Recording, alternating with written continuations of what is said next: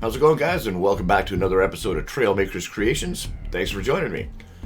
In this episode, we're going to start with a couple of synchronized flyers. Now, these are actually 3 missiles that fly side by side right close to each other. And they actually look kind of like the planes that fly around. Synchronized flyers or synchronized swimmers, right? They're all moving the same. Kind of like the Blue Angels in a sense. So we're way up here above the aircraft carrier. There's 3 of them. They're down there. We're going to fire them, and I'm way back here so that we can actually see how they behave in the air. So we're going to hit number 1. There they go. They start off. They go up. Then they do like a big S loop. So now they'll loop back. They do an S, and then they'll actually do 6 loops before they come down. Oh, looks like they made some contact there. No longer synchronized. Let's see if we can get it to work this time. Come on, boys. So they fly together. Nice and close to each other like that. Should go up. Loop back. No contact. That's good.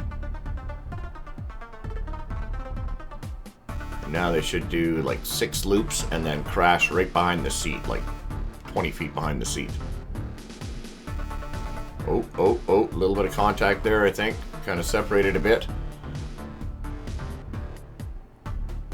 Still in sequence with each other, but not quite close enough. Oh, yeah. Oh, look at that. What are the odds? What are the odds of all 3 of them hitting each other in the air like that? Pretty small, I reckon. So that's all it is there. It's just 3 little skinny rockets. We got 2 thrusters on each. And they're all glowing white. They do have 2 sticks of dynamite on the end of them there. And some small wings in the front with the bigger stabilizers in the back. Try and keep the back up. It took me a long time to try and get these little missiles to actually fly, to try and get them to fly straight. Good luck with that. They end up getting huge. You got to put all kinds of wings and stabilizers on them. But to get them small like this and the right power and the detach and the whole 9 yards. So you got to power those up before you can detach them. And then once you detach them, then they go flying. And they do the big S thing. As long as they don't come in contact with each other, they'll stay side by side. So that was a little fun test. I'm going to see how many of those I can actually get. If I can get like 10 of them in a row to all fly side by side like that, I think it would look pretty cool.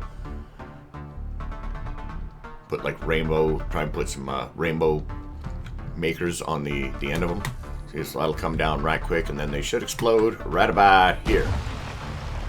Right on cue. Alright, I have no idea what that is. That's just a test. So no need to upload that to shop. There's something for you to try if you're interested in looking for something different to try. Alright, let's take a look at our next build. So our next build here, this is a wartime vehicle, but it is amphibious, and it's also like a platform, like a base of operations.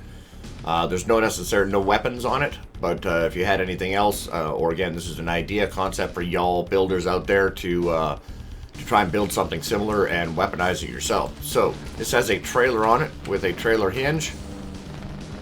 So we have the main part of the vehicle up front here, and again, it is aquatic. See, it's amphibious. It'll slide around in dirt a little bit, so we can go into the water. You can just drive right in. We'll be all floating like. So we can float in the water like this.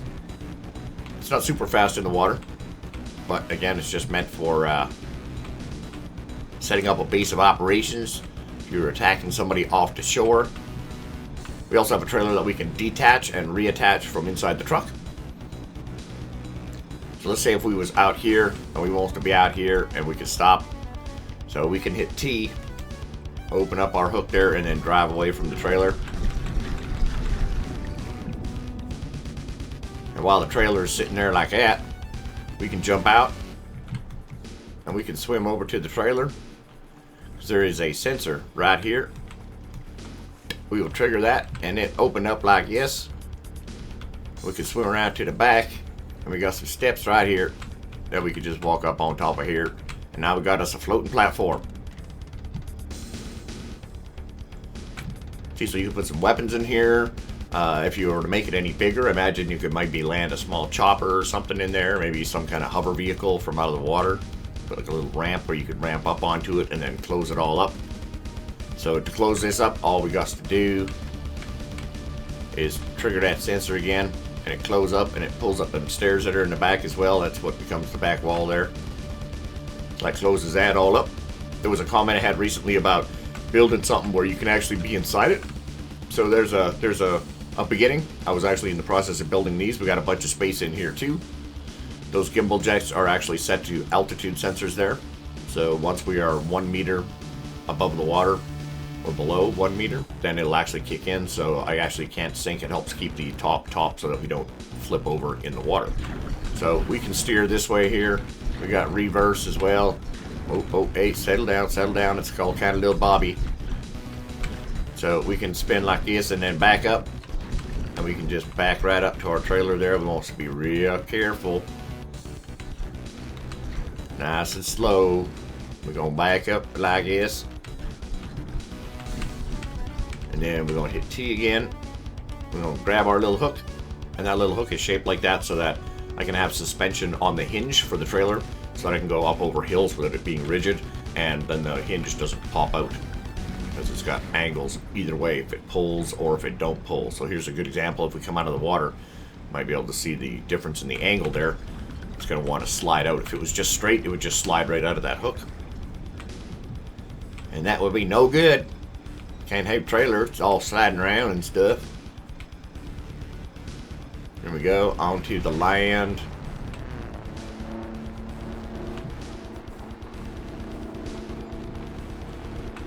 Into the sunlight. Like that. And see, we can open that up like that. We can jump out. Trigger our sensor. I said trigger our sensor. Ooh. It's got motors on it. I forgot to put motors on it. So there we go. Open platform. Base of operations. I just thought it was kind of coincidental that someone said, hey, you should build something where you can actually be inside. It's like, yeah, that's kind of what I'm doing. In the process of. There's just not a lot you can do once you're inside, right? We don't have a lot of parts. Hey, devs, maybe that's what we need, is some blocks that look like little computers and household stuff, like desks and chairs and stuff like that. Alright, I have no idea what this thing is called. It is just an aquatic war vehicle or aquatic platform. So I will upload that when I find a name for it. And I'll let y'all know what it's called. Alright, let's head back to the carrier. Let's take a look at a bomber. Alright, our next build, this is a B-2 type stealth bomber. It's just a big, wide, blended wing design. No tail sticking out the back. All wings, all day long. Look at that sucker's huge. Massive wide. It's got automatic landing gear. And it's got some bombs, 28 bombs that it dropped. So we jump in the seat here. And then we hit the space bar. We're going to pull back. This also has some computerized controls in it to help keep it level, not unlike the actual real B2. Well, turn. Ooh, that was close. That was dying close. So as you can see, we are just a giant wing. Landing gear automatically folds up. She flies nice and level. That is the computerized controls. Again, the angle sensors. You can see these little wings in the back here moving up and down on their own. That is to keep us level. Stabilizing. It turns slow. It flies like a real bomber. It's heavy. It's slow. But we got lots of dynamite under the wings. So let's go drop it on something, shall we? Okay, let's see if we can get back to land here. Big arcing turn. Big sweep. So this again would be great for high altitude bombing runs. And there is a stealth mode. So right now I'm holding down the spacebar, which is activating our main thrusters. But once we get near our target, we can hit number 2. And then we can let go of space. We are in stealth mode. fly a little slower. We stay up in the air. This way you can sneak up on your targets at high altitude and they won't even see you coming. Oh, I think over there is where the land is. So let's get over there a little quicker. So we'll turn stealth mode off, turn our chest back on. Say, come on now. Spin around. Spin around. Oh wow, we are way over here at Snow Island. We went all the way around. Okay, well let's say we're just gonna bomb. Let's bomb the loop. Let's see if we can bomb the loop. So we don't want him to see us coming, so we're gonna turn on stealth mode. We're gonna turn that off. We're just gonna be all stealthy flyer over here now. We're gonna line up our bomb and run on the loop. Then we're gonna let her rip. Let her rip! You can see nice and easy to line up on your target. Left shift is gonna drop our payload. And we are gonna do that right about now. Now we're gonna jump up and we're just gonna let that fly away into the distance. Boom, look at that. If that was a building, we would have annihilated it. And there goes our plane just flying away into the distance. Into the sunset in stealth mode. See how it looks from the ground. It's just a strap. Really hard to see that. The radar has a hard time seeing it too. If there was radar on Trailmakers. But there ain't. So we still even better. Alright, hey man. This might be why you need a co-pilot. Someone to bring the plane back in case you jump out when you ain't supposed to. So yeah, that was a really good design, test design for a giant swept wing, blended wing type B-2 bomber. See if it was actually possible. Really hard to do because the whole front end wants to lift because of all that, all the wings. And also when you get that many wings all put together, you start getting weird physics. It's like a wing glitch. So that was difficult to try and overcome because this actually was a little bigger before, but I couldn't maintain any control on it. So we have angle sensors to control some of our wing flaps back here. But we also have the actual controls embedded in the hinges themselves.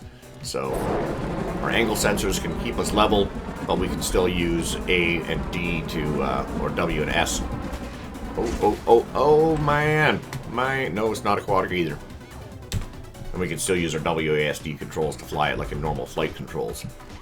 So yeah, that is the Dark Wing. That I will be uploading, so if you're interested, have a look. It was a fun challenge to try and build it. Alright, on to the next one. Right, so this build is called the Shadow Cloud. It's a fighter. It's pretty quick, pretty slick, and it uses only mini thrusters. No big thrusters, so we can actually keep some quietness happening. So let's build it in this way. You can see we're using a lot of our angled pieces. Lots of slope in there to try and keep it as aerodynamic as possible. And all the thrusters here that you can see in the middle, those are all our mini thrusters, as well as once we get in the air. You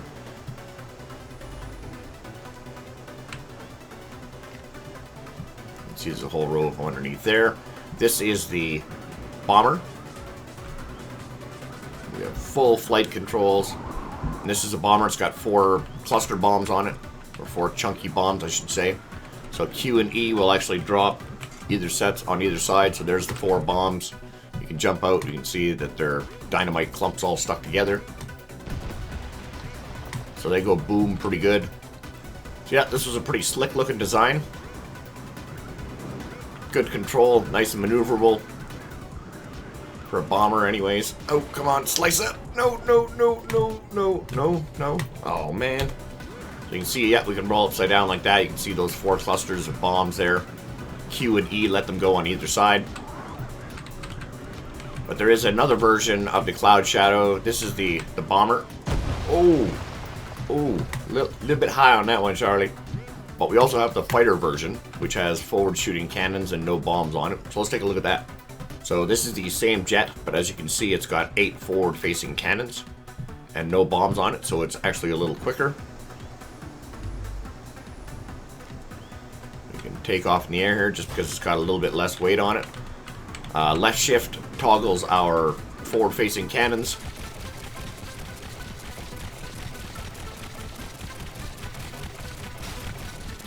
And very maneuverable.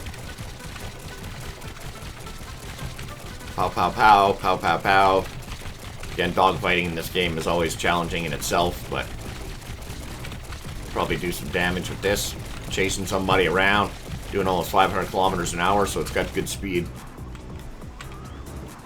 Fairly agile for the speed that it's doing. But again, you can always adjust that yourself. Oi! Oh, that was close. And again, just mini thrusters, right? I like how you can hear the wind and not all the thruster sound. And if you want the trails, you just put some fire pots on there. Ta-da! Instant thrusters with silence. Don't have to listen to the thrusters.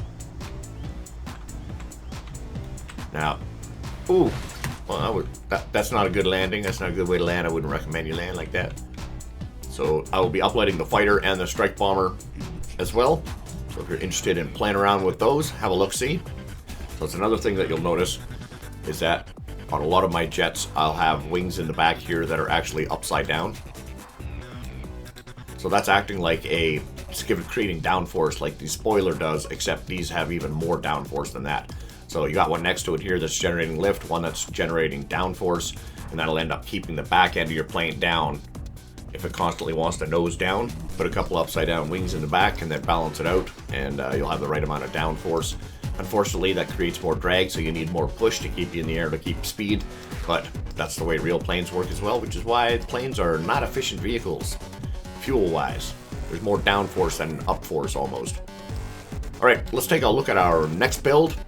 While we're in the process of doing that, I just want to let you guys know that I will be out of town next week, off to visit the family out east. So there won't be any videos, but I will be definitely starting back up again once I get back next Monday. And I will be looking forward to seeing you guys then and coming up with some new ideas to show you guys. And for the final build of our video, this is the... I'm either thinking about calling it the Battle Bus or the War Wagon. Leave a comment down below, let me know what you think it should be. Again, this is one of those, hey, you should build something where you can actually go inside. So I was like, yep, you know what? Let's build like a total first-person vehicle. So we're going to go into first person. This thing looks monstrous from first person. It actually is compared to the character. Dual seater. So let's go up here. We're just going to jump into the seat here. Nope, let's go first person. Of course. First person vehicle. Top of the seat. Nope, first person. So we got a really good view here. We can drive from this seat too. No problem. So we can drive like this. When we get to where we're going, we just hit number 1. Actually, I'm going to hit E and Q. Now you can't see it, but what's actually happening. And then number 1. So I'm going to hit F and jump out of the seat here. So what we've done, see here, is we've actually opened up the seats, the doors on either side. With E and Q, that opens up those doors individually, and number 1 opens up our ramp here, which allows us to come up here into the back. We can get into our driver's seats there. We can see the roof folded down and the doors opened up. So those are all nice and secure in there once the doors are open. So also in the back here, we have lots of windows. We have a computer control center here with the window outside where we can look outside. We got a map here. We can see where it is we want to strike. Where are we going to drop the bomb? We'll just drop it in this general area. All right, we can do that. And then, yeah, so we got windows out this side. We got windows out this side. We got lots of room in here for things to do. Again, this thing's almost at maximum complexity, so I can't put much in here. Then we can go upstairs. And this is where we got a couple of rooms. We got a couple of rooms up here. We got one room up here with a window. So this would be like sleeping quarters or personal quarters when you're on the road traveling or out in the middle of nowhere. Need to get some rest, maybe medical quarters on the upstairs side. And then we just close this up like that.